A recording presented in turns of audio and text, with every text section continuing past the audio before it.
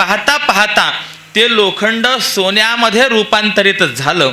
आणि हे पाहिल्यानंतर त्या शेतकऱ्याच्या लक्षात आलं की अरे या महात्म्याने आपल्याला जाताना परीस दिला होता, पण हा परीस आहे याची केवळ ओळख नसल्यामुळे, ज्ञान नसल्यामुळे इतके 12-13 वर्ष आपण गरिबीमध्ये काढले. मला प्रश्न विचारायचा आहे, परीस मिळाला होता का नाही? मिळाला होता, परंतु मिळालेला परीस हा कळाला नाही म्हणून त्याचा उपयोग करून घेता आला नाही. विठ्ठल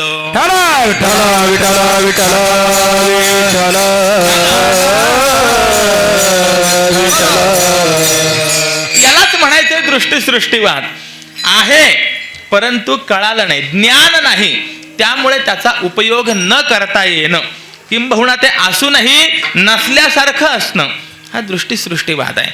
त्याप्रमाणे जगद्गुरु तुकोबाराय हाच भाव जो आहे या अभंगातून आमच्यासमोर व्यक्त करतात. आपल्याला प्राप्त झालेला नरदेह हा फार मोलाचा आहे, परंतु त्याचं मोल आम्हाला मात्र कळत नाही. आणि त्या नरदेहाचं मोल आम्हाला कळावं याच्याकरता म्हणून स्वर्गातलं वर्तमान तुकोबरायांनी या अभंगातून व्यक्त केलंय. विठ्ठल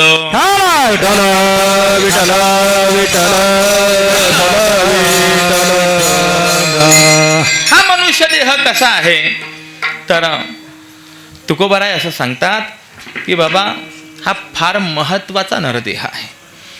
असा नरदेह महत्वाचा आहे की या नरदेहाची इच्छा इतर कोणी करतात यात नवल नाही, परंतु स्वर्गामधले असलेले जे देव आहेत ते देखील करतात. अभंगाचं प्रथम चरण. इहलोकीचा हा देह, इहलोकीचा हा देह, इहलोकीचा हा देह, इहलोकीचा हा देह, इहलोकीचा देह, इहलोकीचा देह, इहलोकीचा देह, इहलोकीचा देह,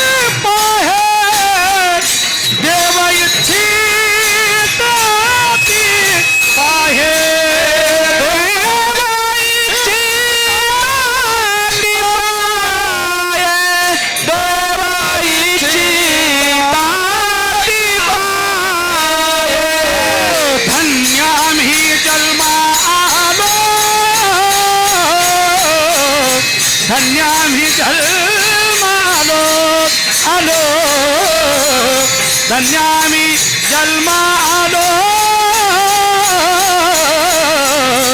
धन्यामी जन्मालो, ओ धन्यामी जन्मालो, धन्यामी जन्मालो, धन्यामी जन्मालो, धन्यामी जन्मालो.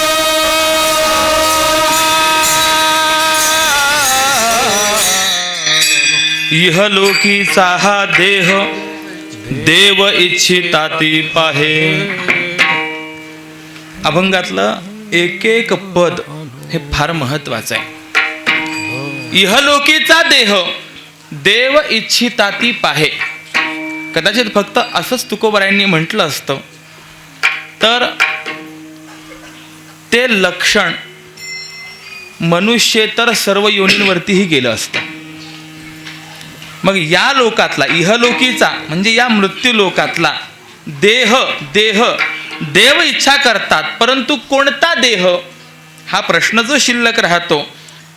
त्या प्रश्नाचं उत्तर देण्याकरता, निर्दुष्ट लक्षण करण्याकरता तुकोबरायांनी हे जे पद आहे या अभंगामध्ये घातलेलं आहे. इहलोकीचा हा देह, याचा अर्थ आहे की या मृत्यू लोकातला केवळ हा मनुष्य देह देव इच्छिता ती पाहे, या देहाची देव इच्छा करतात.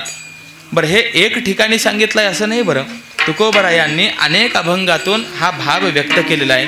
स्वर्गीचे अमर, स्वर्गीचे अमर, स्वर्गीचे अमर इच्छिताची देवा, स्वर्गीचे अमर, स्वर्गीचे अमर, स्वर्गीचे अमर इच्छिताची देवा, स्वर्गीचे अमर, स्वर्गीचे अमर, स्वर्गीचे अमर इच्छिताची देवा, स्वर्गीचे अमर, स्वर्गीचे अमर, स्वर्गीचे अमर इच्छिताची देवा, मृत्यू लोकी व्हावा जन्म आम्हा,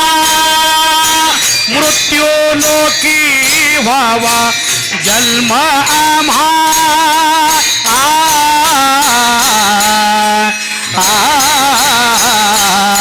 नारायण नामे, नारायण नामे, नारायण नामे हो जीव मोक्त, नारायण नामे, नारायण नामे, नारायण नामे, नारायण नामे, नारायण नामे, नारायण नामे, मृत्यू व्हावा जन्म,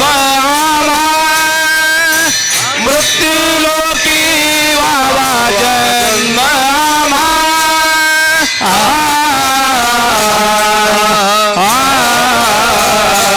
नारायण नाम, नारायण नामे, नारायण नामे, नारायण नामे, नारायण नामे हो जीवन मुक्त, नारायण नामे, नामे, नारायण नामे, नारायण नामे हो जीवन मुक्त, स्वर्गीचे अमर इच्छिता ती देवा, मृत्युलोकी व्हावा जन्म आम्हा. दोनही अभंगातील चरणांचा भाव एकच आहे की स्वर्गातील देव या मृत्यूलोकात नररूपाने आम्हाला जन्म प्राप्त व्हावा अशी इच्छा करतात.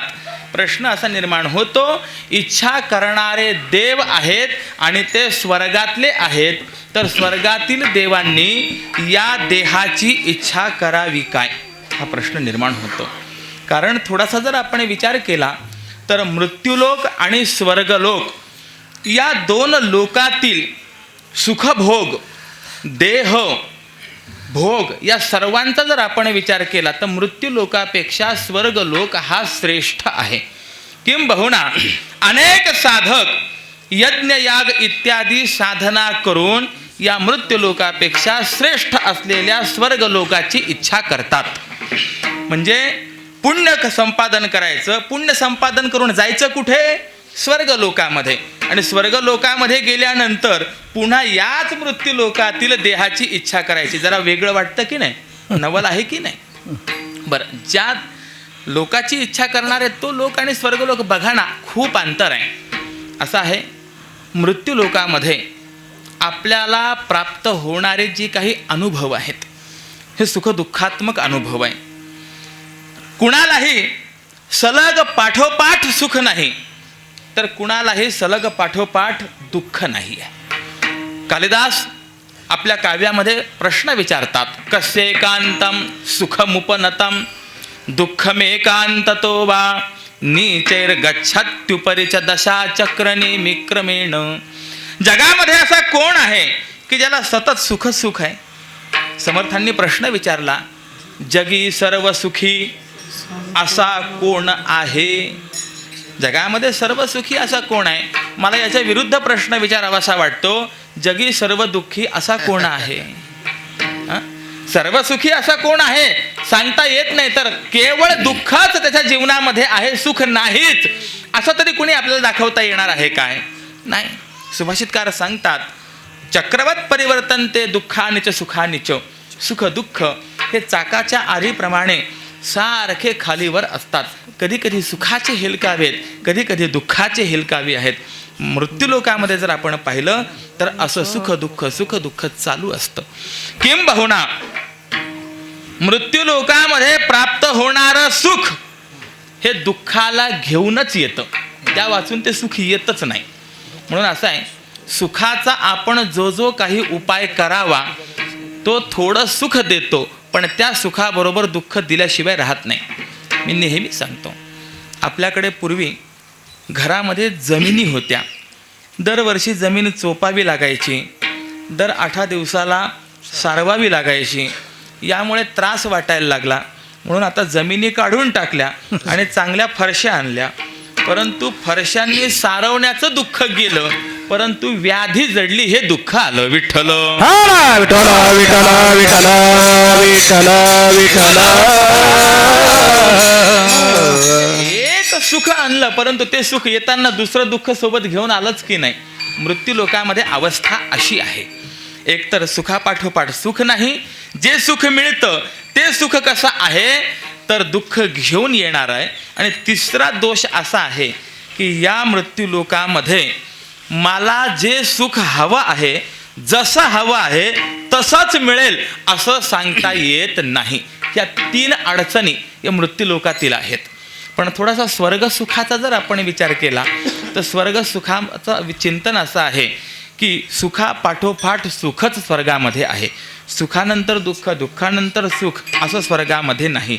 म्हणजे मृत्यूलोकापेक्षा स्वर्गलोकामध्ये जरा श्रेष्ठपणा आपल्याला पाहायला मिळाला की नाही? मिळाला. बरं, स्वर्गामध्ये जे प्राप्त होणारं सुख आहे ते येणारं सुख दुःखाला सोबत घेऊन येणारं नाही. जसं मृत्यूलोकामध्ये घेऊन येतं ना, तसं यन्न दुःखेन संभिन्नम न च ग्रस्त मनंतरम अभिलाषोपनीतंच तत्सुखम स्वपदास्पदम असं स्वर्ग सुखाचं वर्णन शास्त्राने केलं आहे. म्हणजे ते सुख जे आहे दुःखाला घेऊन येणारं नाही. आणि तिसरा प्रकार अभिलाषोपनीतंच, मला जे हवंय, जसं सुख हवंय तसाच सुख स्वर्गामध्ये मिळतं. मग या 3 तफावती जर आपण पाहिल्या तर मृत्यूलोक श्रेष्ठ का स्वर्गलोक श्रेष्ठ काय म्हणाल? उत्तर आपल्याला द्यावं लागतं, स्वर्गलोक श्रेष्ठ आहे. मृत्यूलोकामध्ये आम्हाला मिळून काय मिळणार? चांगले जरी भोग मिळाले तरी ते स्वर्गलोकाच्या सुखापेक्षा खालच्याच दर्जाचे असतात. उदाहरण सांगतो, रोज पहाटे सकाळी उठल्यानंतर आपल्याला इथे फार मिळालं तर अमृत तुल्य मिळेल, पण अमृत मिळत नाही. पण स्वर्गामध्ये जर गेलो तर अमृत तुल्य नाही, थेट अमृत मिळतं. विठ्ठल विठ्ठल विठ्ठल विठ्ठल विठ्ठल. फरक आहे की नाही? मग श्रेष्ठ सुखाचा असलेला स्वर्गलोक, त्या स्वर्गलोकात राहणारे देवलोक, आणि ते देव कनिष्ठ सुख ज्या मृत्यूलोकामध्ये आहे त्या मृत्यूलोकामध्ये जन्म घेण्याचा प्रयत्न करतात, इच्छा करतात. नवल नाही काय? बरं, थोडासा विचार करा. ते देव आहेत आणि आपण मनुष्य आहोत. या 2 योनीमध्ये सुद्धा काही अंतर आहे की नाही? खूप अंतर आहे महाराज. एक शतपथ ब्राह्मण नावाचा ग्रंथ आहे. या ग्रंथामध्ये मनुष्य योनी आणि देवयोनी यांच्यामधली जी तफावत आहे, वैलक्षण्य जे आहे ते अनेक प्रकाराने सांगितलेलं आहे. पहिला प्रकार त्यांनी असा सांगितलेला आहे, न वै देवाहा स्वपंती. थोडासा विचार करा, एक दिवस जर आपली झोप व्यवस्थित झाली नाही, पूर्ण झोप झाली नाही, तर दुसऱ्या दिवशीच्या आपल्या व्यवहारावरती परिणाम होतो की नाही? परंतु देवांना झोपेचं दुःखच नाही. न वै देवाहा स्वपंती, ते झोपतच नाही म्हणे. त्यानंतर दुसरा तफावत त्यांनी सांगितलेली आहे, न वै देवाहा अश्नंती. थोडा विचार करा, दुपारची 12ची वेळ, परंतु कदाचित 1 तास 2 तास जर उशीर झाला, भुकेने जर मनुष्य व्याकुळ झाला तर मनुष्य काहीही बोलतो, काहीही पाप करण्याकरता प्रवृत्त होतो की नाही? किंबहुना आजपर्यंत पापाची जी कारणं सांगितलेली आहे त्यामध्ये एक कारण महत्त्वाचं म्हणजे पोटाची भूक सांगितलेली आहे. सुभाषितकार प्रश्न विचारतात, बुभुक्षितः किन्न करोति पापम. ज्याला खरोखर भूक लागलेली आहे असा मनुष्य कोणतं पाप करण्याकरता प्रवृत्त होत नाही. मोठे मोठे महर्षी, परंतु ज्या वेळेला खरोखर भूक लागली त्यावेळेला मांसासारखा अपवित्र पदार्थ खाण्याकरता सुद्धा प्रवृत्त झाले आहेत. विठ्ठल विठ्ठल विठ्ठल विठ्ठल विठ्ठल विठ्ठल विठ्ठल. एक उपनिषदामध्ये कथा आलेली आहे.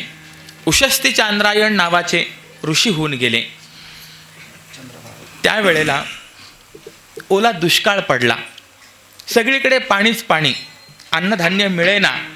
आणि अशा वेळेला प्राणधारणा करता कुठे अन्न मिळेल का याच्या शोधामध्ये ते चाललेले असताना एक व्यक्ती, त्याला काहीतरी धान्य मिळालेलं असेल, कुळीथ प्राप्त झालेले होते, ते कुळीथ तो खात होता. हे त्याच्या जवळ गेले, प्रार्थना केली की मला थोड्या धान्याची अपेक्षा आहे. त्याने सांगितलं माझ्याकडे दुसरं काही नाही आहे, पण हे जे खातोय तेच माझ्याकडे आहे आणि जवळपास माझं पोट भरत आलेलं आहे. तुम्हाला हे जर चालणार असेल तर मी द्यायला तयार आहे. त्या ऋषींनी त्याचं उष्ट कुळीथ जे आहे ते घेतले आणि खाल्लेले आहेत. वस्तुतः उष्ट खाणं हे इतकं भयंकर पाप सांगितलेलं आहे. उच्छिष्ट भोजन श्वानहा, उष्ट खाणारा आणि उष्ट खाऊ घालणारा दोघेही पुढच्या जन्मामध्ये कुत्र्याच्या योनीला जात असतात. विठ्ठल विठ्ठल विठ्ठल विठ्ठल विठ्ठल विठ्ठल विठ्ठल. उष्ट खाऊ नये. आता अलीकडे नवीन पिढी जर आपण पाहिली तर उष्ट आणि खरकट काय आहे हे समजावून सांगण्याची आता पाळी आलेली आहे. जुन्या पिढीमध्ये कळतं उष्ट काय आहे, खरकट काय आहे, परंतु नवीन पिढीमध्ये हा संस्कार राहिला नाही.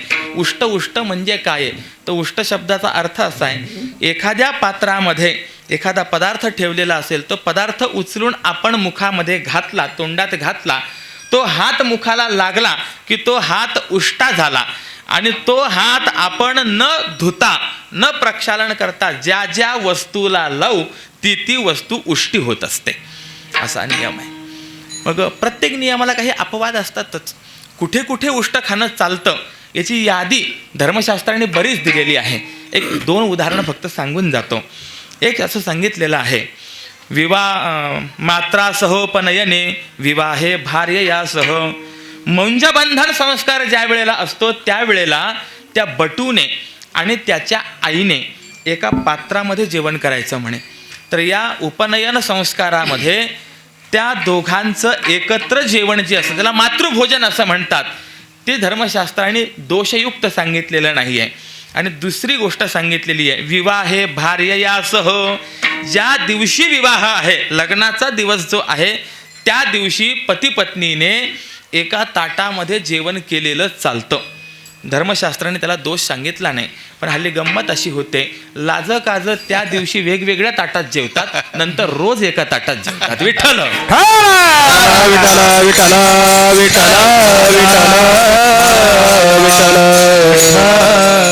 एकाने मला सांगितलं, महाराज एका ताटात जेवलं तर प्रेम वाढतं. कोणत्या शास्त्रात ते माहिती नाही महाराज, परंतु उच्छिष्ट भोजन श्वानहा हे मात्र शास्त्र वचन निश्चित आहे. तात्पर्य काय आहे, उष्ट खाऊ नये, उष्ट खाऊ घालू नये, दोन्ही गोष्टी आहेत. परंतु त्या उशस्ती चांद्रायण ऋषींनी मात्र काय खाल्लंय, उष्ट खाल्लेलं आहे. हो, कशा करता, फक्त या पोटा करता, पोटाची भूक आहे महाराज. म्हणून असं आहे, अत्यंत दुर्धर अशी भूक सांगितलेली आहे. महाभारतात चिंतन आलेलं आहे. ज्या वेळेला दुर्योधन रक्ताच्या थारोळ्यामध्ये सापडलेला आहे, पडलेला आहे, त्यावेळेला गांधारी माता शोक करत त्याच्यापर्यंत पोहोचली आणि तिच्या समोर या दुर्योधनाने आपले प्राण त्याग केलेला आहे. गांधारी मातेने एक पण केला, आता मी काहीच सेवन करणार नाही. बराच काळ त्या ठिकाणी बसून राहिली, शोक करत होती. परंतु शेवटी भूक लागली. त्यावेळेला या गांधारीच्या मुखामध्ये एक श्लोक आहे, वासुदेव जरा कष्टम. देवा, म्हातारपण येणं हे आयुष्यामध्ये फार मोठं दुःखकारक आहे. असं आहे, काही मोजकी माणसं असतात की ज्यांचा वृद्धापकाळ हा सुखाचा जातो, आनंदाचा जातो, नाहीतर व्याधी असते, किंबहुना ज्यांच्या करता आपण अनेक कष्ट सहन केले, अशात आपल्या वंशजांकडनं सुद्धा आपली अवहेलना होते. किंबहुना किती सुंदर चिंतन केलेलं आहे. जोवरी चळन गा तोवरी म्हणती माझा. जोपर्यंत सर्व अनुकूल आहे तोपर्यंत प्रत्येक जण हा माझा आहे, हा माझा आहे, हा माझा आहे असं म्हणतात. परंतु इंद्रिये मावळली आला बागुल आजा. एकदा का हातपाय चालणं बंद झालं, बाहेरनं कमावून आणणं बंद झालं की त्यानंतर त्याची होणारी अवस्था काय असते. अनेकांचा वृद्धापकाळ जो आहे हा फार दुःखदायक कष्टदायक जातो. म्हणून ती गांधारी माता सांगते, वासुदेव जरा कष्टम. वृद्धापकाळ फार मोठं दुःख आहे. किंबहुना यापेक्षाही मोठं दुःख जर काही असेल तर वृद्धापकाळामध्ये करता मुलगा जाणं हे त्याहीपेक्षा अधिक दुःखदायक आहे. पण खरं सांगू देवा, याही पेक्षा अधिक दुःख जर कोणतं असेल तर केवळ हे भुकेचं दुःख आहे. म्हणून चिंतन असं दिलेलं आहे, त्याच दुर्योधनाच्या प्रेतावर पाय ठेवून वरचं फळ तोडून गांधारीने खाल्लेलं आहे. विठ्ठल विठ्ठल विठ्ठल विठ्ठल मला विचारायचंय, सर्वात मोठं दुःख कोणतं आहे? शेवटी पोट आहे. या पोटा कारणे गा झालो पांगेल जनांचा. या पोटा करता किंबहुना कालिदास आपल्या काव्यात म्हणतात, अस्य दग्धोदरस्यार्थे किम नाटीन नाटकम.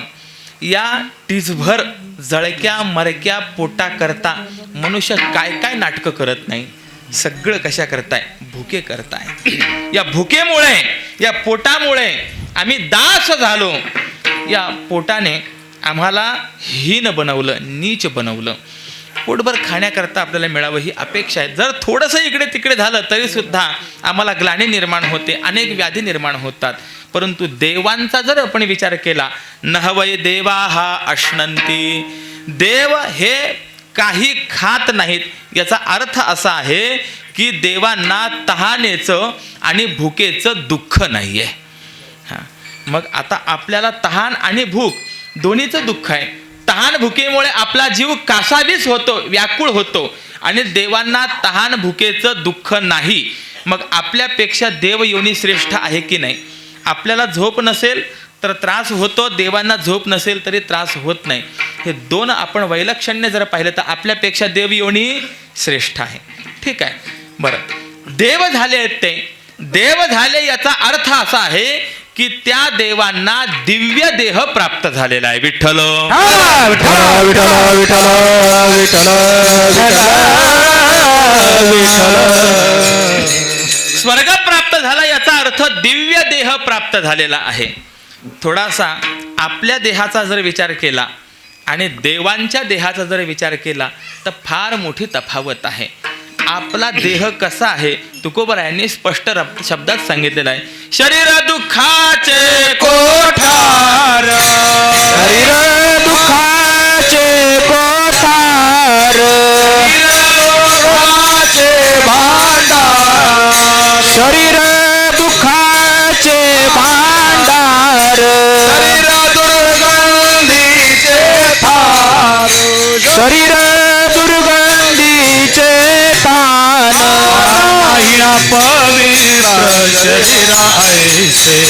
नाही अपवित्र शरीरा ऐसे, नाही हा पवित्र जडाईसे, नाही हा पवित्र जडाईसे.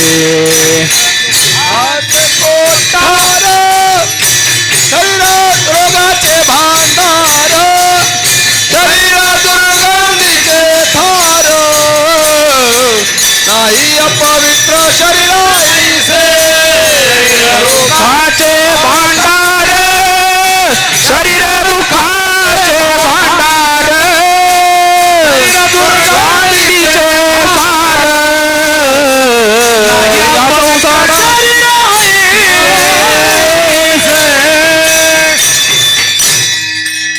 शरीर दुःखाचे कोठार, शरीर रोगाचे भांडार, शरीर दुर्गंधीची थार, नाही अपवित्र शरीरा ऐसे. आपल्याकडे जुन्या काळामध्ये कोठ्या, कोठार, कणग्या असायच्या. अजूनही काही ठिकाणी आहेत.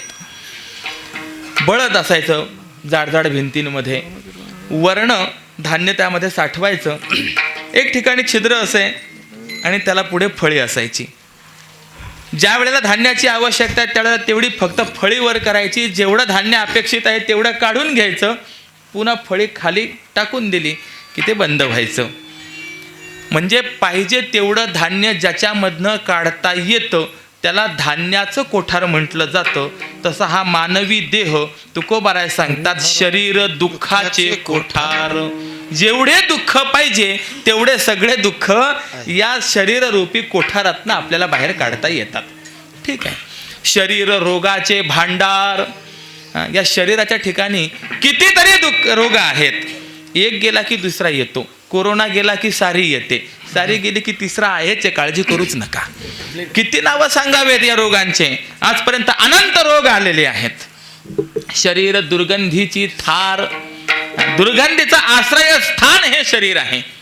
किंबहुना जगामध्ये सर्वात अपवित्र आणि सर्वात दुर्गंधी वस्तू जर कोणती असेल तर देह आहे. लक्षात ठेवा. गुरुनाम गुरु स्वानंद सुखनिवासी बंकट स्वामी महाराज यांनी गोड दृष्टांत सांगितला होता. एक मनुष्य रस्त्याने चाललेला होता. जुना काळ. कुणीतरी विष्ठा करून गेलेलं होतं. दुर्गंध आल्यामुळे या माणसाने थोडंसं नाक दाबलं आणि हे पाहून ती विष्ठा हसायला लागली. कवी कल्पना आहे ही.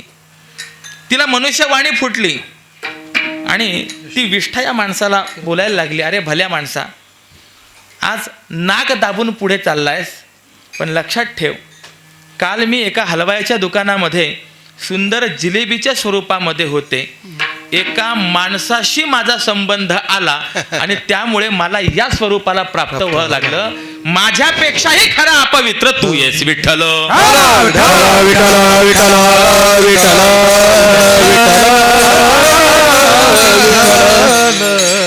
नाना सुद्रव्ये गोमटी शरीरी झाली या पैठी. अनंत चांगली चांगली द्रव्य, सुगंधी असलेली द्रव्य, पण शरीराच्या ठिकाणी जर त्यांना थारा प्राप्त झाला तर केवळ मळ याच स्वरूपाला ते प्राप्त होत असतात. म्हणून शरीर दुर्गंधीची थार नाही अपवित्र शरीरायचे. शरीर विटाळाचे आळे माया मोह पाश जाळे.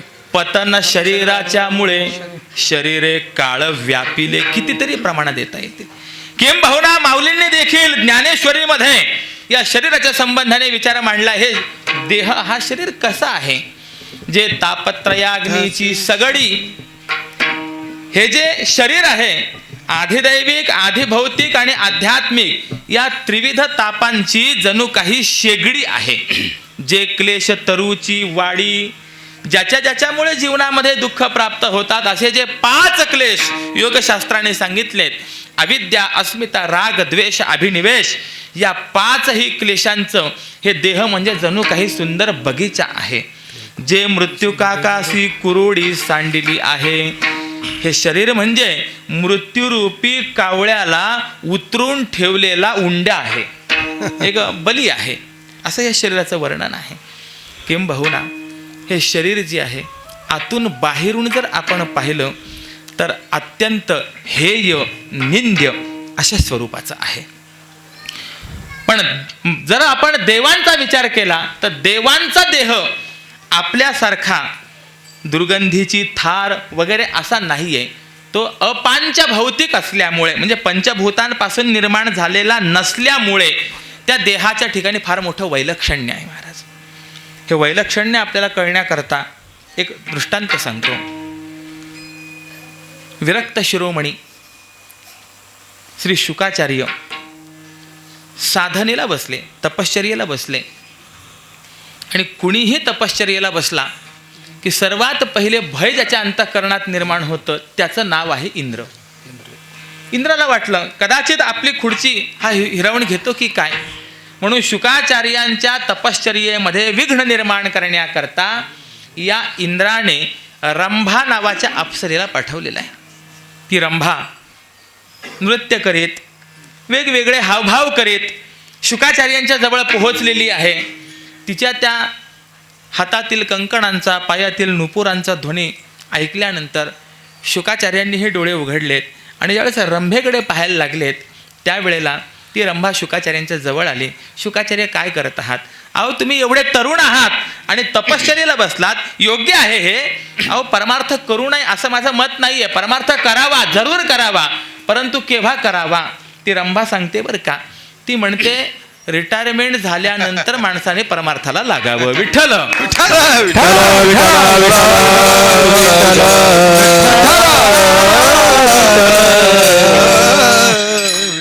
प्रपंच झाल्यानंतर मग माणसाने परमार्थाकडे वळावं. पण लक्षात ठेवा, हे रंभेचं म्हणणं आहे, लक्षात ठेवू नका. या कानाने ऐका आणि या कानाने सोडून द्या. ते रंभा म्हणायला लागली, अहो तुम्ही इतके तरुण आहात. तौ एही विवाहा वहे सहर येतो दधा वहे प्रजाम प्रजनया वहे पुत्रान विंध्या वहे बहून. या आपण दोघं विवाह करू, आपल्याला संतती वगैरे होईल, आपण संसार सुख भोगू आणि संसार झाल्यानंतर मग तुम्ही परमार्थाला लागा. शुकाचार्याने सांगितलं, अगं बाई, संसार झाल्यानंतर परमार्थ करायचा असं तू म्हणते, कदाचित मी मान्य करीन, परंतु संसार झाल्यानंतर परमार्थ करण्याकरता आयुष्य शिल्लक राहीलच याची काही शाश्वती आहे काय? क्षणभंगूर नाही भरवसा, भारे सावध थोडा माया आशा, काही न चले मग गळा पडेल फासा, पुढे हुशार थोर आहे ओळसागा राम राम स्मराधी. केम पाहुणा माऊली सांगतात, हे काला नलाच्या तोंडी घातली लोणियाची उंडी, माशी पाखू पाखडे तव हे सरे. हा देह म्हणजे काळरूपी अग्नीच्या तोंडामध्ये घातलेली लोण्याची उंडी आहे. माशी आपले पंख फडफड करण्याकरता तिला जितका वेळ लागतो तितक्याच कालावधीमध्ये तव हे सरे अशी अवस्था या देहाची आहे. त्यामुळे प्रपंच झाल्यानंतर परमार्थ करेन असं जर कोणी म्हणत असेल तर त्याचं म्हणणं हे उपहासास्पदच आहे. किंबहुना एक मनुष्य समुद्रावर स्नानाला गेला आणि कपडे वगैरे काढून समुद्राच्या तीरावरती बराच काळ त्या ठिकाणी बसून राहिला. दुसऱ्या एकाने पाहिलं, 1-2 तास झाले हा बसून आहे. जवळ येऊन विचारलं, बाबा समुद्रात स्नान करायचं? होय, स्नान करण्याकरता चालवलं आहे. करा ना स्नान. त्याने सांगितलं, असं आहे, समुद्राला ज्या लाटा येतात ना, तर त्या लाटांना मला भय निर्माण होतं लाटांमुळे. यामुळे मी वाट पाहतोय समुद्राच्या लाटा थांबण्याची. समुद्राच्या लाटा थांबल्या की मी स्नान करणार आहे. मला विचारायचंय, समुद्राच्या लाटा केव्हा थांबणार आणि याची आंघोळ केव्हा होणार? विठ्ठल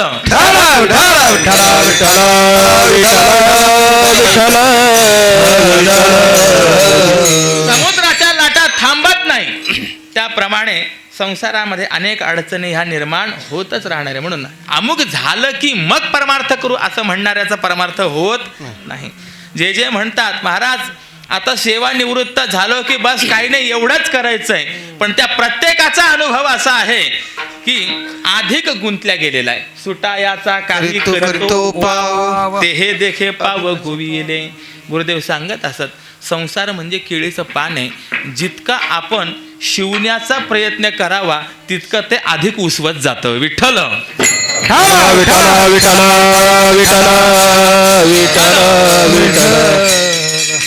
ही अवस्था आहे.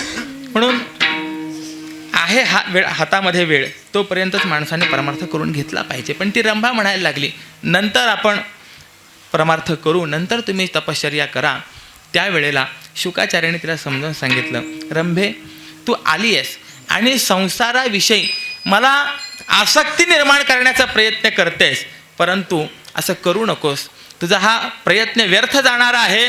संसार कसा आहे हे मला चांगलं ठाऊक आहे, मला चांगलं माहिती आहे.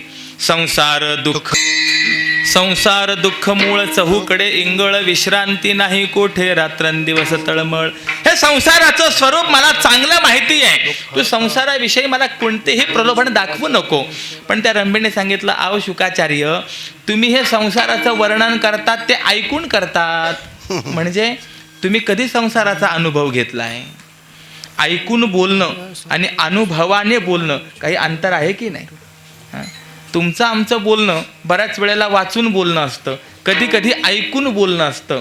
परंतु संत महापुरुषांचं जर बोलणं पाहिलं आपण, अनुभवे आले अंगा ते या जगात तू काय म्हणे चाखोनी सांगे माझा अनुभव आहे अंगे. महापुरुषांचं बोलणं जे आहे ते अनुभवाने बोलणं आहे, त्याला महत्व आहे, किंमत आहे. शुकाचार्य, तुम्ही अजून संसाराचा अनुभवच घेतला नाही आणि तुम्ही संसार दुःख मूळ म्हणतात, त्या बोलण्याला किंमत नाही म्हणे. मी सांगते संसार कसा आहे, मी अनुभव घेतलेला आहे. आमच्या संसारामध्ये फार चांगलं आहे.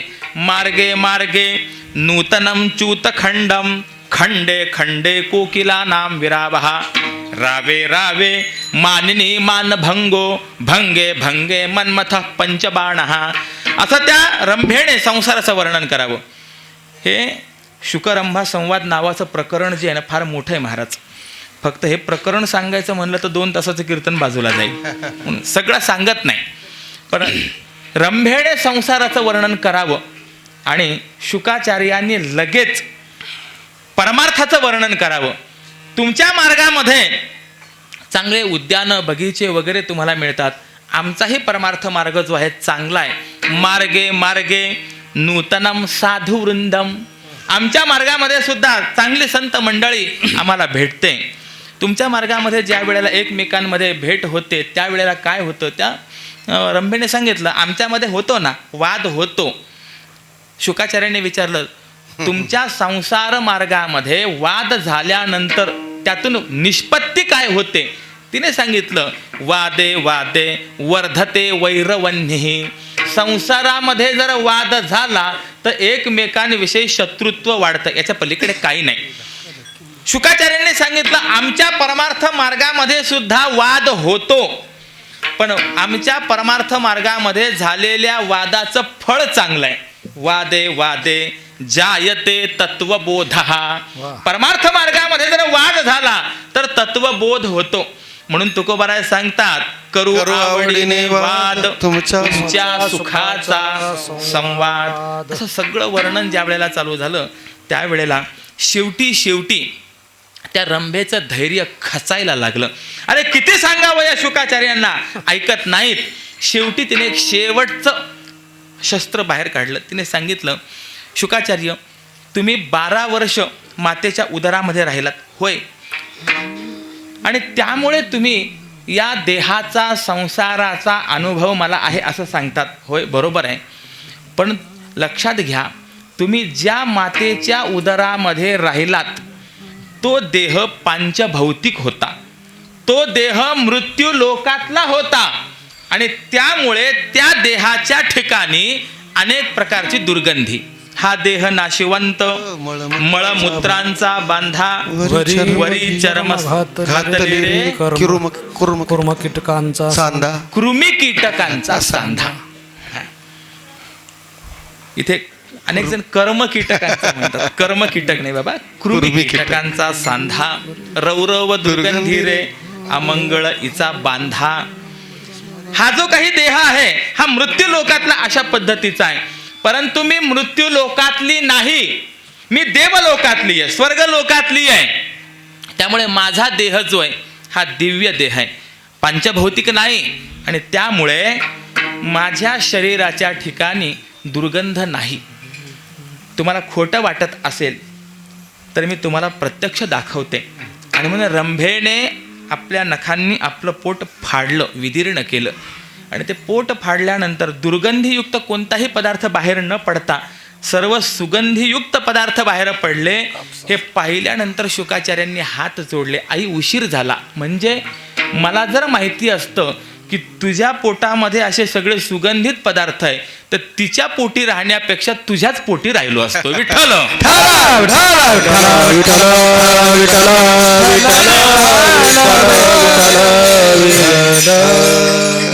दृष्टांत सांगण्याचं माझं तात्पर्य असं आहे की मनुष्य लोकातला, मृत्यू लोकातला देह असा दुर्गंधीयुक्त आहे, अमंगळ आहे, आणि स्वर्गातला देह जो आहे हा दिव्य देह आहे, उत्कृष्ट देह आहे. पण असं असतानाही ते स्वर्गातले देव या मृत्यू लोकातला हा नरदेह प्राप्त व्हावा अशी इच्छा करतात. हेच वैलक्षण्य आहे. विठ्ठल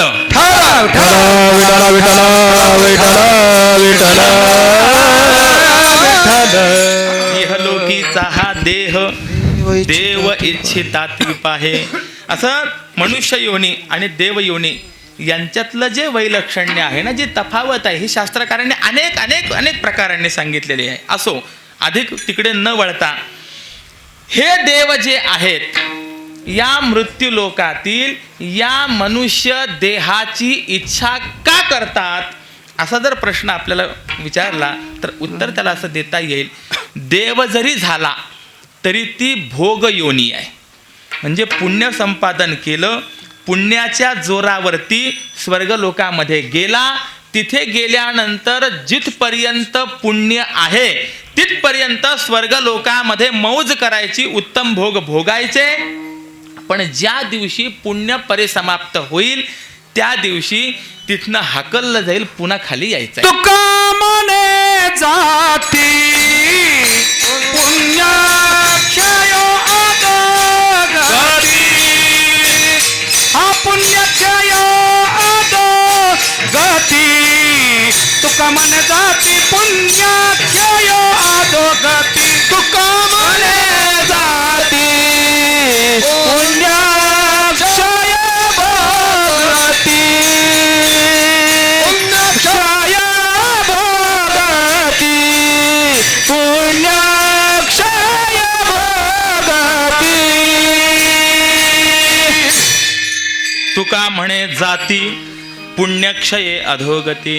माऊली समजावून सांगतात, मग तया पुण्याची पाऊटी सरे, सवेची इंद्रपणाची उटी उतरे, आणि येऊ लागती माघारी मृत्यू लोका. माऊलीने तर दृष्टांत सहित वर्णन केलेलं आहे. वेश्या भोगी कवडावेचे, मग दारही चेपून येतीयेचे, ऐसेला जिरवाने दीक्षितांचे काय सांगो. तात्पर्य असं आहे की एक त्या अवस्थेला प्राप्त झाल्यानंतर, देव झाल्यानंतर कदाचित अधोगतीच आहे, पण देवापेक्षा श्रेष्ठ गती प्राप्त करता येते काय हो? नाही. म्हणजे देव योनीतून त्यापेक्षा उच्च पद हे प्राप्त करता येत नाही. झालं तर काय होतं, फक्त खाली येणंच होतं, वर जाणं होत नाहीये. म्हणून ती भोगभूमी आहे. परंतु मनुष्य योनी मात्र अशी आहे, म्हटलं तर खालीही जाता येतं आणि म्हटलं तर वरतीही जाता येतं. नरदेह निधान लागले हाती, नरदेह निधान लागले, नरदेह निदान लागले हाती, नरदेह निदान लागले हाती, उत्तम सार उत्तम गती, उत्तम सार उत्तम गती, उत्तम सार उत्तम गती, उत्तम सार उत्तम गती. देव होईल नम होती, देवते होईल मनती होती, देव मनतील ते होती, देव मनतील ते होती. तरी का चित्तीन धरावे, इच्छे नगावे, तरी का चित्तीन धरावे, तरी का इच्छे नगडे. लक्ष 84 न चुके फेरा, लक्ष 84 न चुके फेरा, लक्ष 84 न फेरा, लक्ष 84 न चुके फेरा, लक्ष 84 न चुके फेरा, लक्ष 84 न चुके फेरा, लक्ष 84 न चुके फेरा. निधान लागले हाती, उत्तम सार उत्तम गती, देवती होईल ते म्हणती, तरी का चित्ती न धरा. नरदेह निधान हाती, उत्तम सार उत्तम गती, होती तरी का चित्ती न धरा.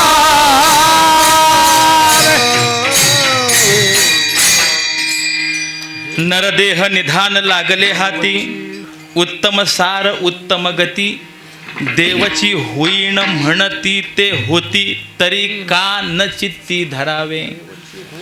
अहो देव झाला तर त्याला भक्त होता येत नाही, त्याला ज्ञानी होता येत नाही, त्याला योगी होता येत नाही, त्याला मुक्त होता येत नाही. पण माणूस जर झाला, मनुष्य जर झाला, तर त्याला मुक्तही होता येतं, भक्तही होता येतं, ज्ञानीही होता येतं, योगीही होता येतं, वाटेल ते होता येतं. कुठे? नरदेह निधान. महत्वाचं आहे. म्हणून नर करे सो करणी, नरका नारायण बन जाय, और नर करे सो करणी, नरका नालायक भी बन जाय. विठ्ठल विठ्ठल विठ्ठल विठ्ठल विठ्ठल विठ्ठल. आपल्याला काय बनायचं हे आपल्या हातात आहे, लक्षात ठेव. वृंदावनमध्ये एक फार मोठे संत होऊन गेले, ब्रह्मलीन स्वामी श्री अखंडानंद सरस्वती.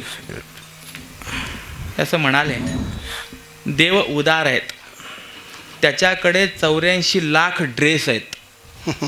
जसा ड्रेस हवा तसं कर्म करा, देव द्यायला उदार आहे. आपण काय व्हायचं हे आपल्या हातात आहे. किंबहुना आज आपण जे आहोत हे सुद्धा आपल्या पूर्वकर्माचंच फळ आहे. जे आज आपल्याला मिळतं हे सुद्धा पूर्वकर्माचं फळ आहे. हे नरदेहाचं वैशिष्ट्य आहे. देव योनीतून मुक्त होता येत नाही, हा फार मोठा दोष आहे. फक्त भोग भोगता येतात, उन्नती साध्य करता येत नाही. पण त्याही पेक्षा खालची असलेली योनी मनुष्य योनी, पण मनुष्य योनीत जर आला तर देव योनीपेक्षाही मोठा होता येतं, त्याला देव स्वरूप होता येतं. देवची होईन म्हणती ते होती. मनुष्य देह ऐसा निध, साधाल ते साधा सिद्ध, करोनी प्रबोध,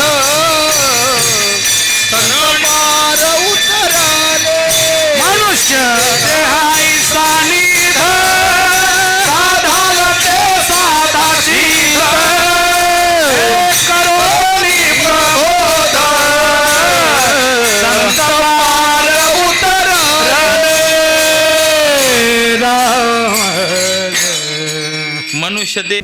मनुष्य देह प्राप्त झाला, वाटेल ते होता येतं. आणि हेच नरदेहाचं वैशिष्ट्य लक्षात घेऊन ते स्वर्गातील देव जे आहेत ते मनुष्य जन्माची इच्छा करतात. इहलोकीचा हा देह देव इच्छिता ती पाहे.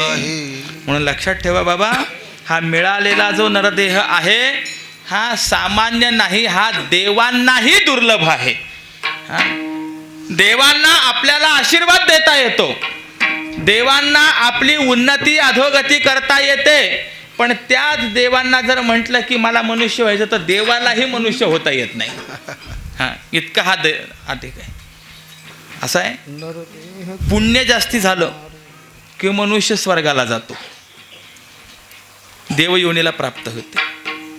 पाप जास्ती झालं की तो नरकाला जातो.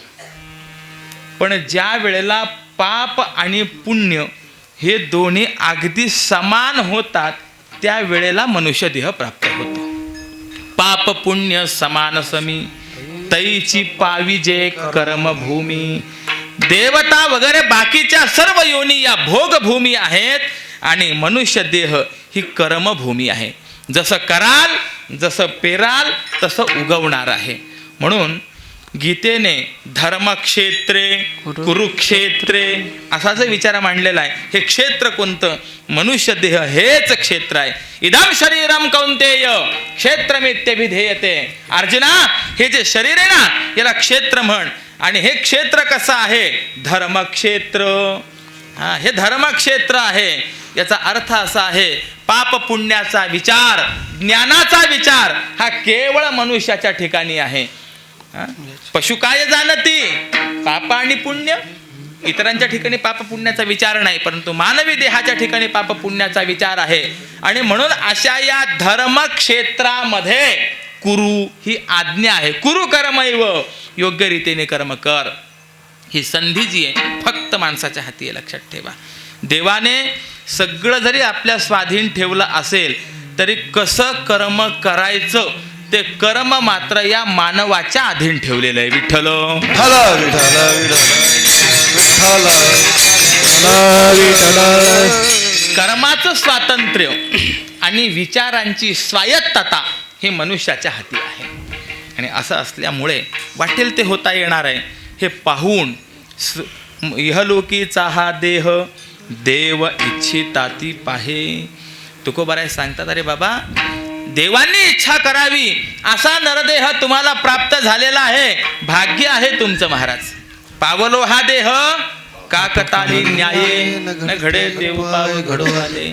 एखाद्या आंधळ्याच्या टाळीमध्ये जसा कावळा सापडावा जो डोळसाच्याही टाळीमध्ये सापडत नाही, आंधळ्याच्या टाळीत सापडावा, हे जसं अघटित घडावं त्याप्रमाणे हा नरदेह आपल्याला प्राप्त झाला म्हणजे अघटित असं घडल्या गेलेलं आहे.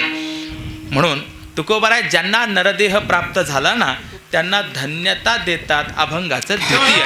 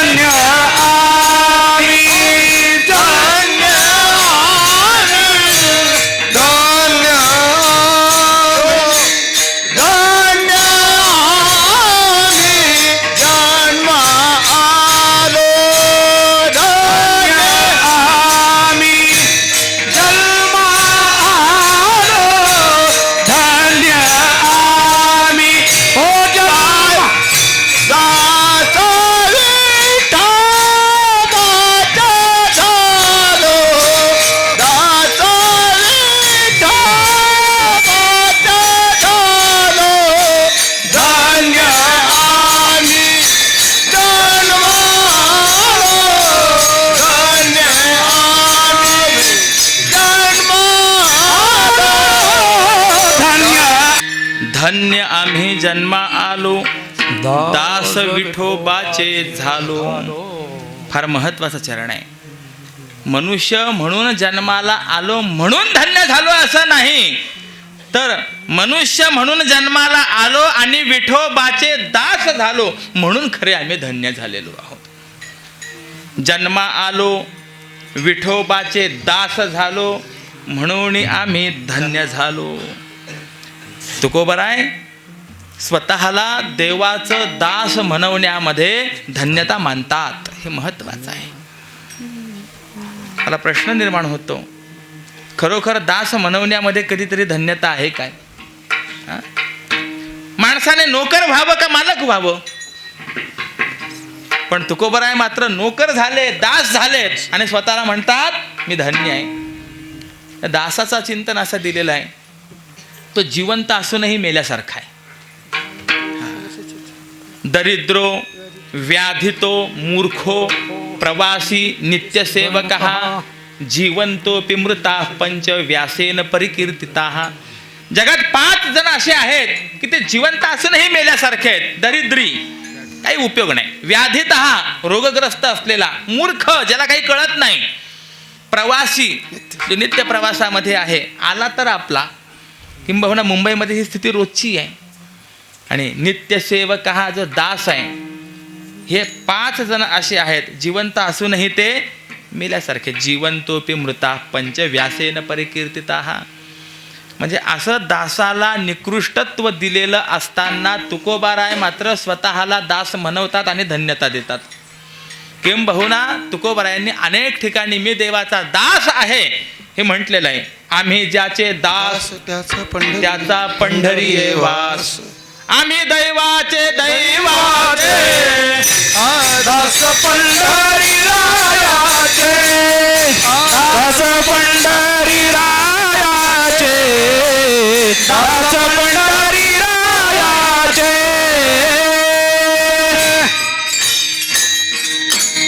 आम्ही दैवाचे दैवाचे आणि खरोखर भाग्याचे आहोत. एक वेळेला नाही, 2 वेळेला बोलतात. म्हणलं काय झालं असं की स्वतःला भाग्यवान म्हणवतात, धन्य म्हणवतात? सांगितलं, दास पंढरी रायाचे. आम्ही पंढरी रायाचे दास झालो म्हणून आम्ही खरोखर सौभाग्यवान आहोत, आम्ही धन्य आहोत. म्हणून धन्य आम्ही जन्मा आलो, दास विठोबाचे झालो. का हो? देवाचा दास होण्यामध्ये अशी धन्यता प्राप्त होण्याचं कारण काय? तर उत्तर देता येईल, देवाचा जो दास होतो तोच खरा देवाचा मालक असतो. कारण की देवाचा स्वभाव असा आहे, दास्य करी दासाचे, उणे न साहे तयाचे. तो परमात्मा असा आहे जो आपला दास आहे, त्याचं कधीही उण सहन करत नाही.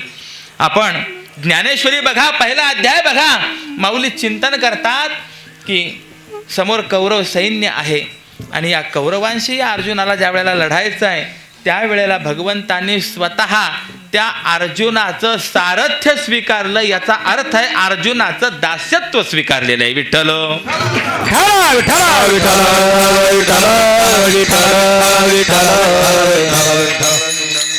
स्वतः परमात्मा या समोरच्या येणाऱ्या शस्त्रास्त्रांपुढे झालेला आहे. आम्हा घाली पाठीकडे, आपण कळी पुढे.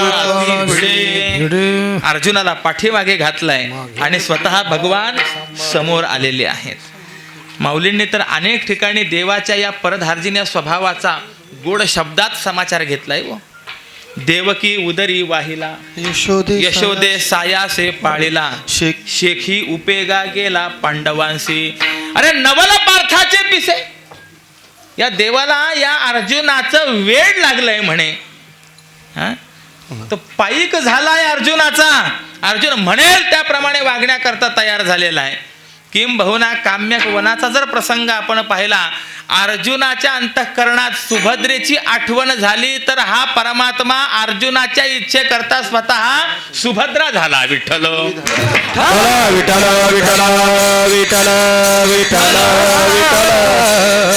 आणि कशामुळे?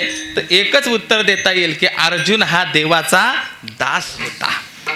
म्हणून असं आहे, शहाण्याचं दास व्हावं, मूर्खाचं मालकही होऊ नये माणसाने. धन्य आम्ही जन्मा आलो, दास विठोबाचे झालो. विठोबाचे दास झालो, याच्यामध्ये आम्हाला खरी धन्यता प्राप्त झालेली आहे. म्हणून सर्वांना समजावून सांगतात की बाबा नरदेह प्राप्त झालेला आहे तर विठोबाचे दास व्हा, याच्यातच खरी तुम्हाला धन्यता प्राप्त होणार आहे. नव्हे तुम्हाला ईश्वराने दिलेलं जे आयुष्य आहे, हे आयुष्य एक फार मोठं साधन आहे. आणि ते आयुष्य कशाचं साधन आहे? तर सच्चिदानंद रूपता प्राप्त करून घेण्याचं साधन आहे. अभंगाचं तृतीय चरण. आयुष्याच्या साधने, आयुष्याच्या साधने, आयुष्याच्या साधने, आयुष्याच्या साधने, आयुष्याच्या साधने, आयुष्याच्या साधने, आयुष्याची साधने, आयुष्याच्या साधने, आयुष्याच्या साधने,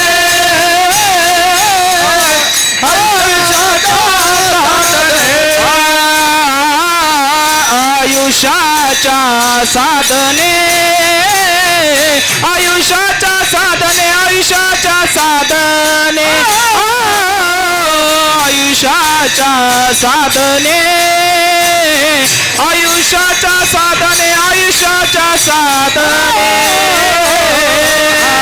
आयुष्याच्या साधने, आयुष्याची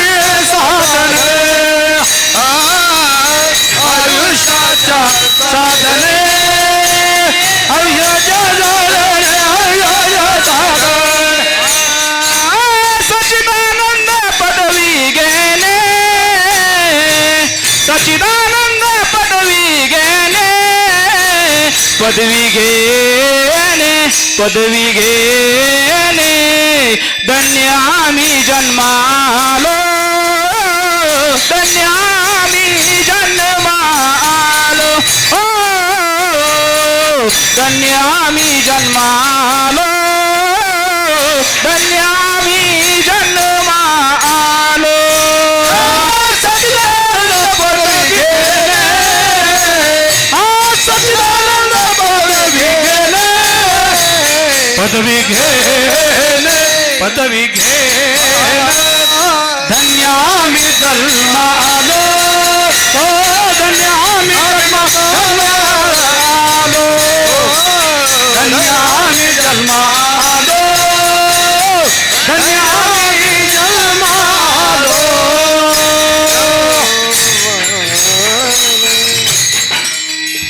आयुष्याच्या साधने सच्चिदानंद पदवी घेणे. लक्षात ठेवा, आयुष्य हे साधन आहे. शरीर माध्यम खलु धर्म साधन. आपल्याला जर काही संपादित करून घ्यायचं आहे, परमार्थ करायचा आहे, तर पहिलं साधन जर कोणतं असेल तर तो मनुष्य देह आहे. कथेची सामग्री देह अवसानावरी. कथेची सामग्री देह आहे. देहात जर नसेल तर काय परमार्थ करणार आहे. मनुष्य देह फार महत्वाचा आहे.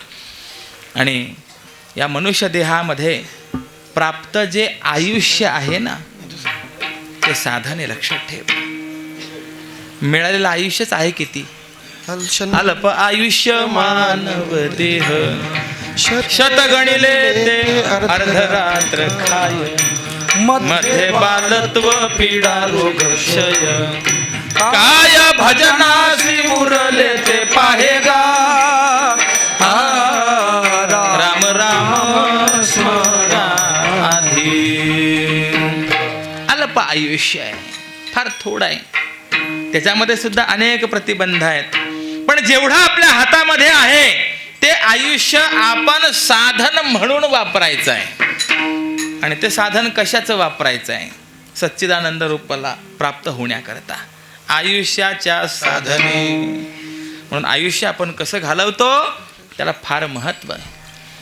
सुभाषितकार सांगतात, काव्यशास्त्र विनोदेन कालो गच्छति धीमताम कलहेन च मूर्खानाम किंवा व्यसनेन च मूर्खानाम निद्रया कलहेन वा. हे चांगले आहेत. त्यांचं आयुष्य शास्त्रचिंतन, संत वाङ्मयाचं चिंतन, देवाचं पूजन, नामस्मरण इत्यादिकांमध्ये जातं. काळ सारावा चिंतने एकांतवासी गंगा स्नाने. आ देवाच्या पूजने प्रदक्षिणा तुळशीच्या. युक्त आहार विहार. आयुष्याचा काळ असा देवाच्या चिंतनामध्ये गेला पाहिजे. काही जणांचा जातो, तर काही जणांचा काळ कशात जातो. व्यसनेनच. आयुष्यभर व्यसन करण्यामध्येच. त्यानंतर निद्रया झोपण्यामध्ये किंवा कलहेन वा भांडणं तणणं करण्यामध्येच.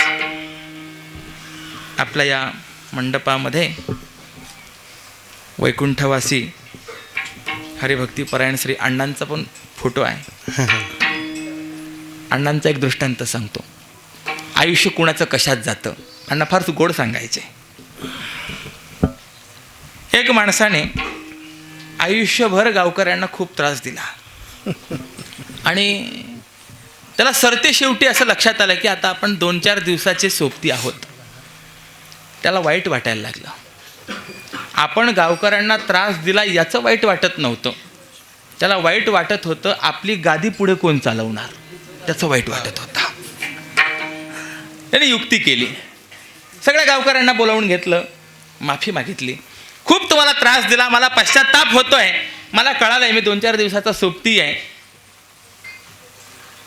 जमलं तर क्षमा करा. माझी एक अंतिम इच्छा आहे. काय इच्छा आहे, ज्या वेळेला मी मरेल त्यावेळेला माझी अंत्ययात्रा काढू नका, मला गावातल्या रस्त्यांनी असं फरफटतच न्या. गावकऱ्यांनी सांगितलं तुम्ही नाही सांगितलं तरी आम्ही ते करणारच आहोत, कारण की तुमच्या आयुष्यातला पराक्रमच तसा आहे. आणि खरोखर 2 दिवसांनी म्हातारं गेलं. आता चर्चा चालू झाली काय करायचं. काही जणांनी सांगितलं अहो तो लाख बोलेल, पण आपल्याला काही माणुसकी आहे की नाही, आपण अंत्ययात्रा तशी व्यवस्थित काढू. 2 तट चालले होते. एक तट म्हणत होता नाही त्याची अंतिम इच्छा, शेवटच्या इच्छेला फार महत्त्व आहे.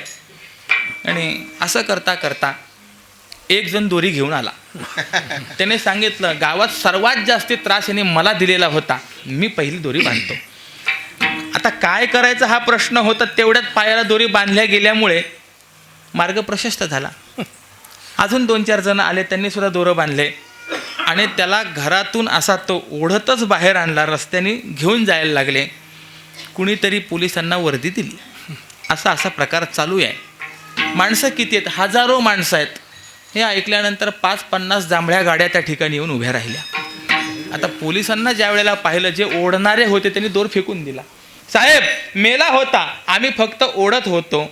साहेबांनी सांगितलं, मेल्यानंतर ओढत होता का मारून ओढत होता हे कोर्टामध्ये ठरेल. आता पहिले गाड्यांमध्ये बसा.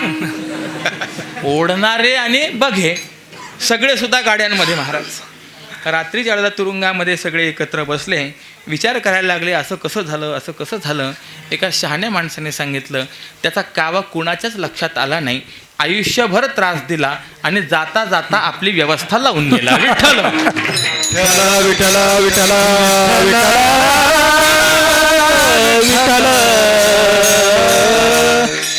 असं काहींचं आयुष्य याच्यातच जातं.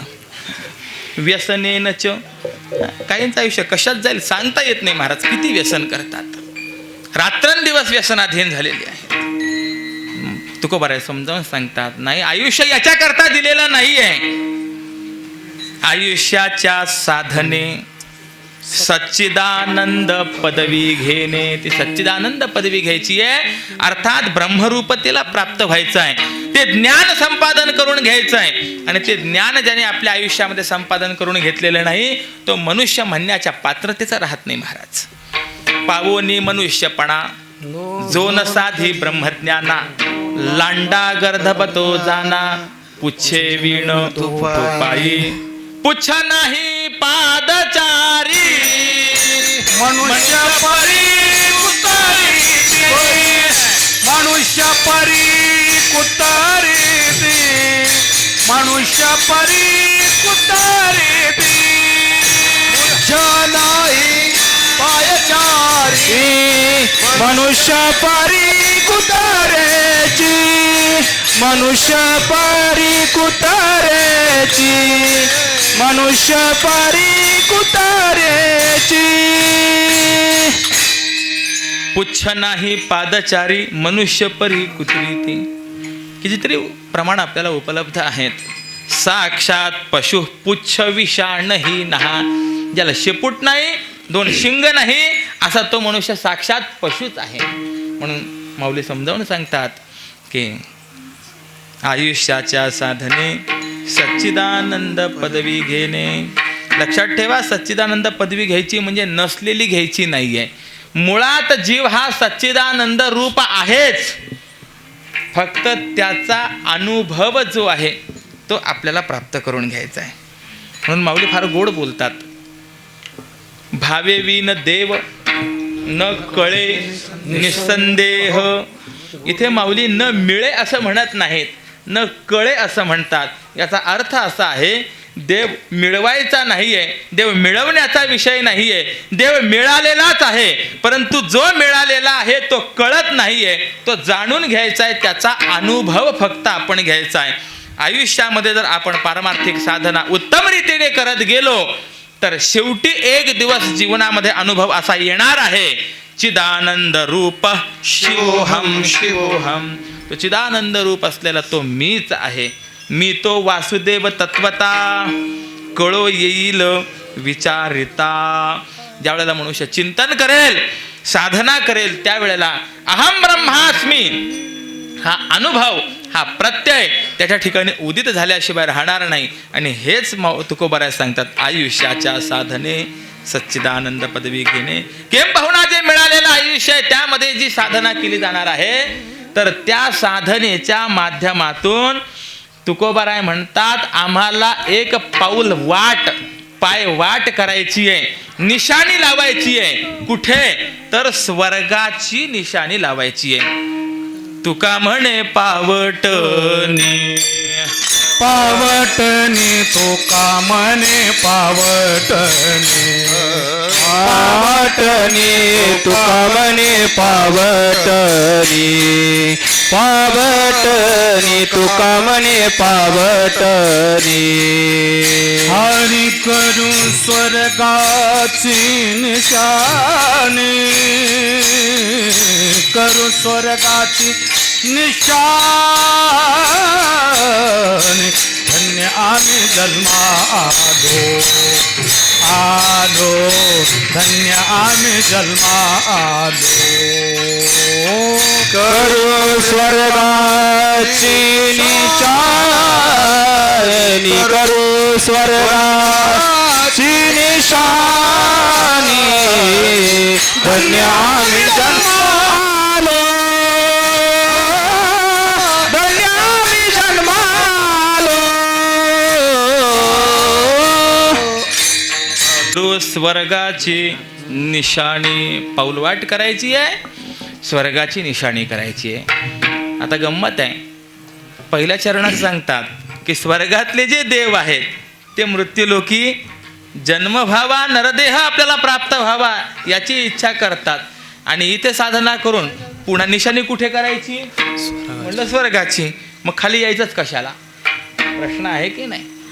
तर उत्तर असं आहे बाबा, इथे स्वर्ग शब्दाचा अर्थ स्वर्ग लोक असा करायचा नाही आहे, तर स्वर्ग शब्दाचा अर्थ परमात्मा श्रीहरी ब्रह्म असा करायचा आहे.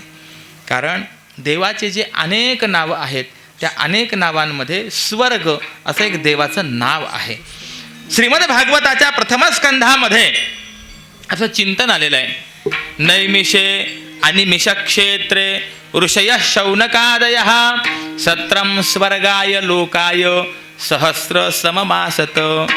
अनिमिष असलेल्या नैमिष क्षेत्रामध्ये अनेक ऋषी हे एका सत्राला बसलेले आहेत, म्हणजे दीर्घकालीन साधनेला बसलेले आहेत. सहस्र सममासत, हजारो वर्ष चालेल असं ते सत्र आहे, अशी ती साधना आहे. म्हटलं कशा करता ती साधना करतायत, वर्णन केलंय. स्वर्गाय लोकाय, स्वर्ग लोक प्राप्ती करता. अहो ज्या स्वर्गातून पुन्हा मृत्यू लोकात यावं लागतं अशा स्वर्गाच्या प्राप्ती करता क्रांतदर्शी महात्मे, परमतत्वाचं दर्शन घेणारे ऋषी कधीतरी प्रयत्नशील होतील काय. स्वर्गाच्या ठिकाणी असलेले जे दोष आहेत, सातिशयत्व, क्षयिष्णुता, ही त्या महात्म्यांना माहिती नाही काय. मग हे जर माहिती असेल तर स्वर्ग लोकाकरता प्रयत्न करतात असं कसं म्हणू शकाल. तर यावरती टीकाकारांनी फार सुंदर चिंतन केलेलं आहे.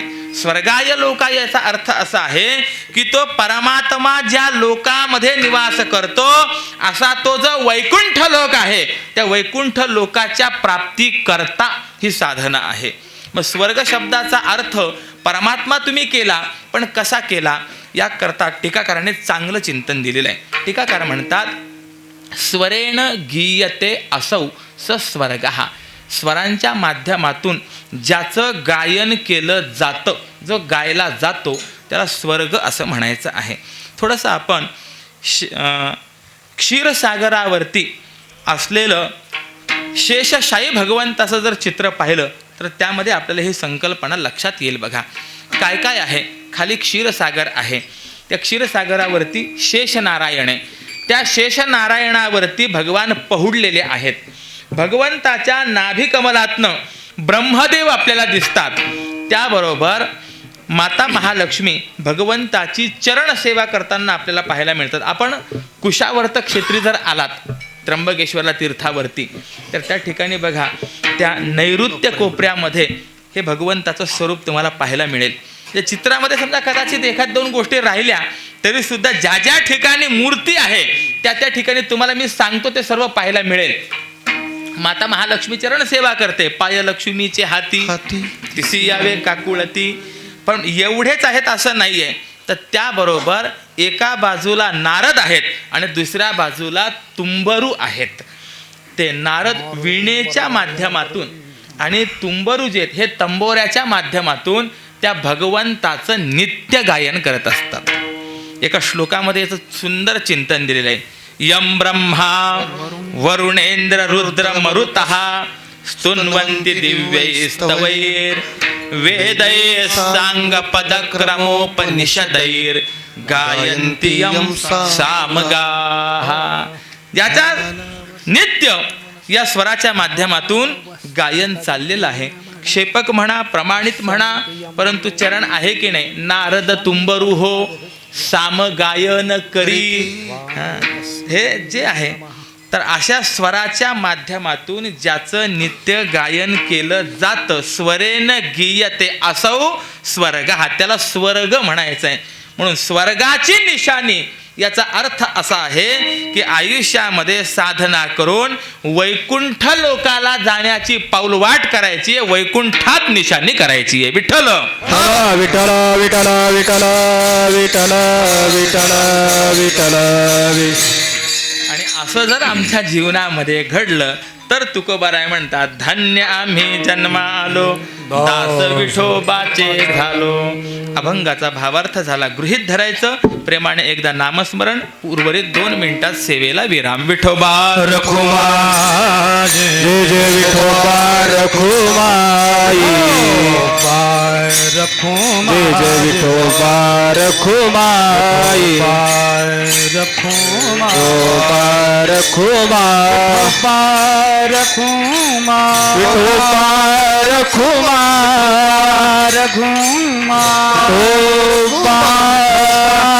रखुमा, रखुमा, विठोबा रखुमा, रखुमा,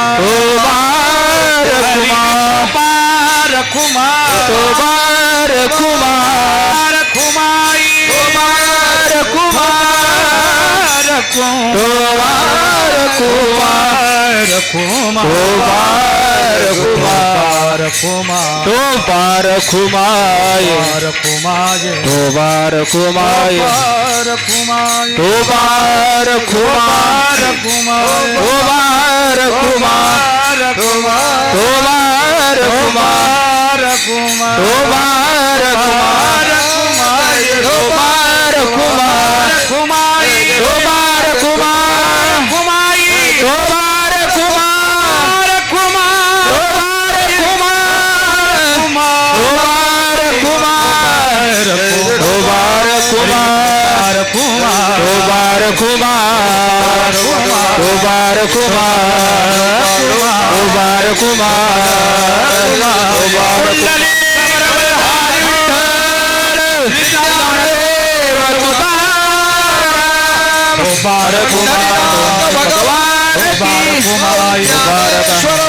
विठोबा रखुमा, रखुमा, विठोबा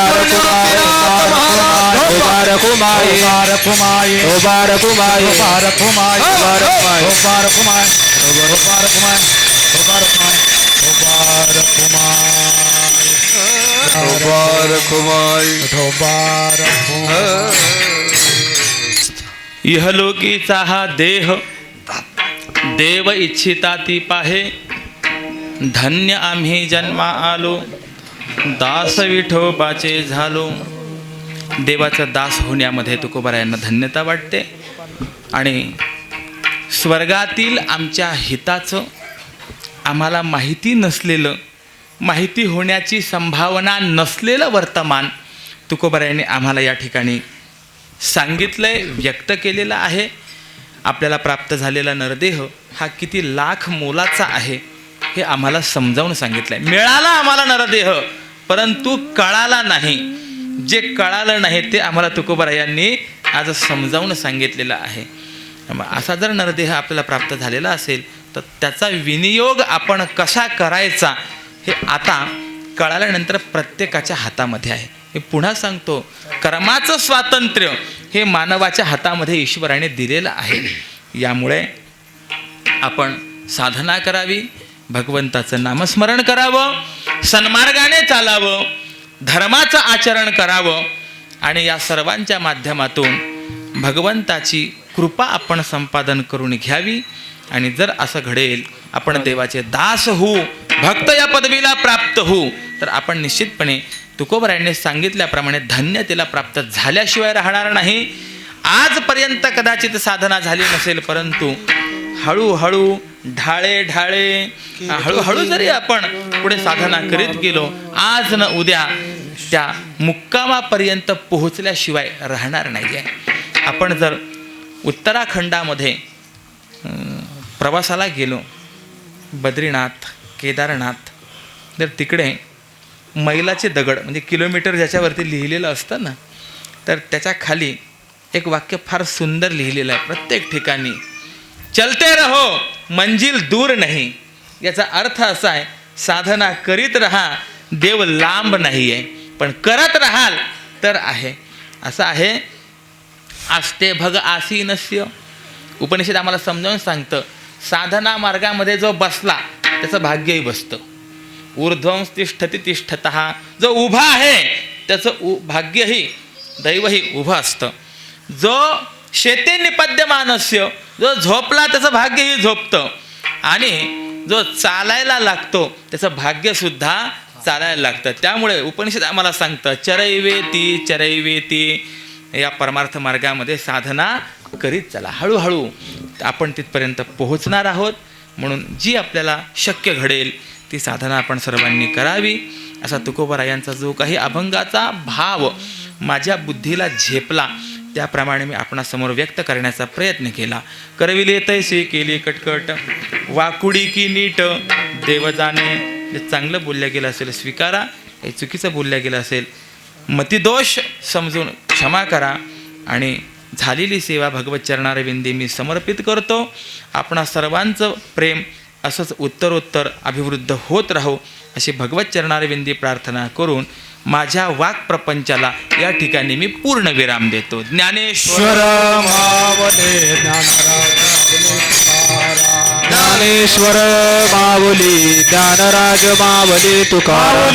ज्ञानेश्वर माऊली ज्ञानराज माऊली तुकाराम. ज्ञानेश्वर माऊली ज्ञानराज माऊली तुकाराम. ज्ञानेश्वर माऊली माऊली ज्ञानेश्वर माऊली ज्ञानराज माऊली. जय जय ज्ञानेश्वर माऊली ज्ञानराज माऊली माऊली ज्ञानेश्वर माऊली ज्ञानराज माऊली. जय ज्ञानेश्वर माऊली ज्ञानराज माऊली.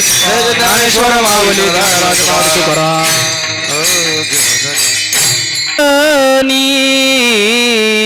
तुका मने पावटनी,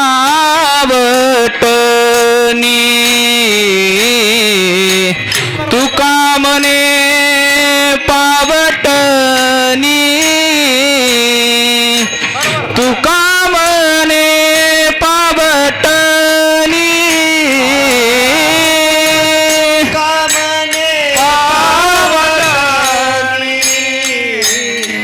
तुका म्हणे पावटणी,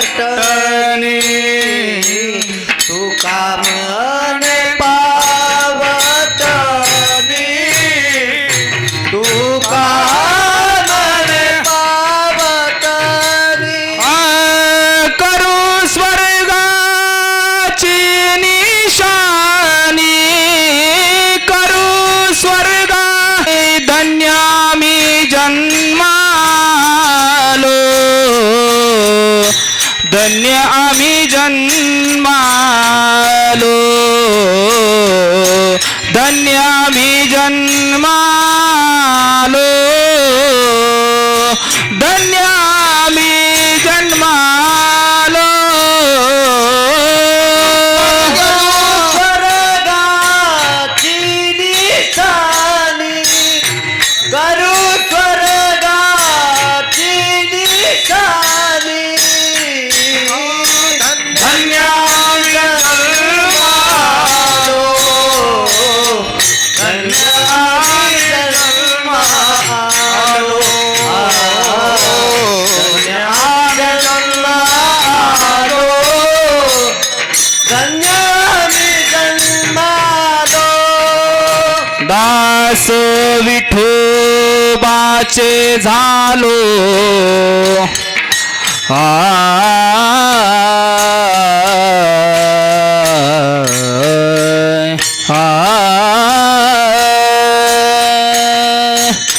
दास विठोबाचे झालो,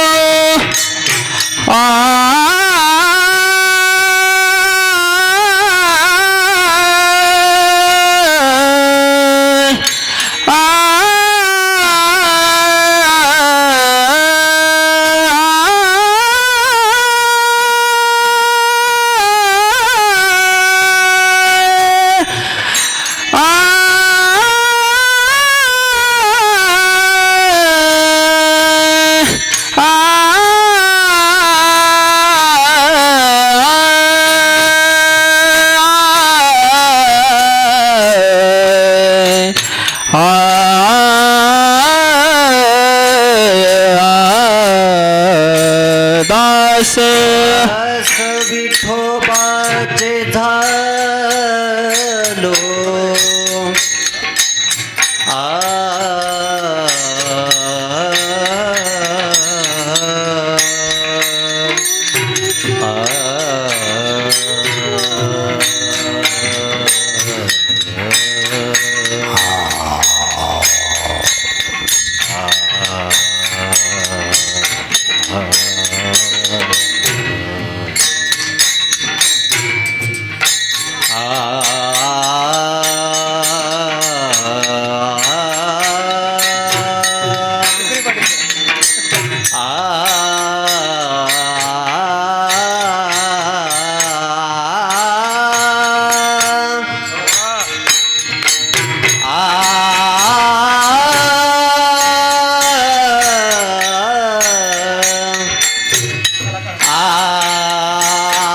झालो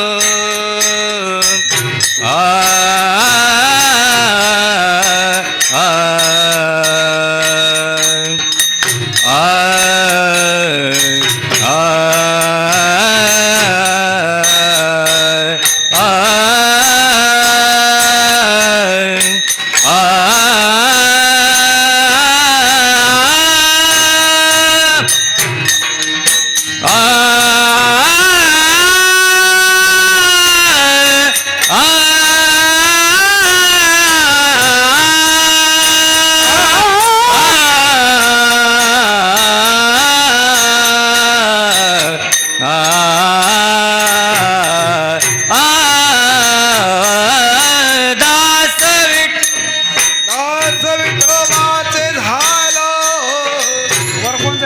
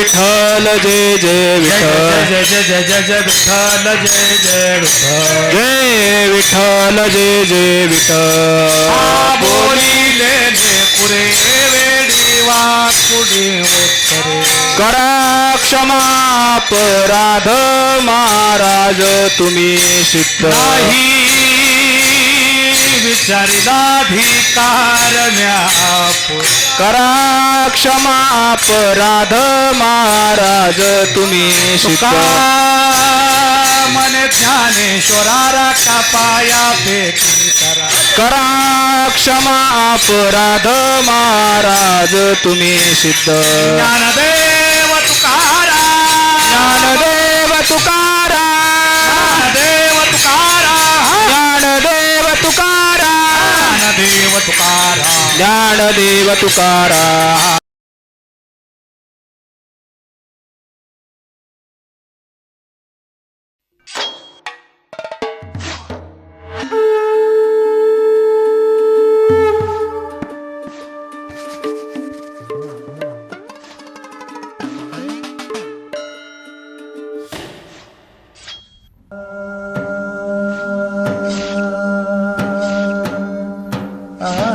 साई लीला एक आध्यात्मिक सहवास.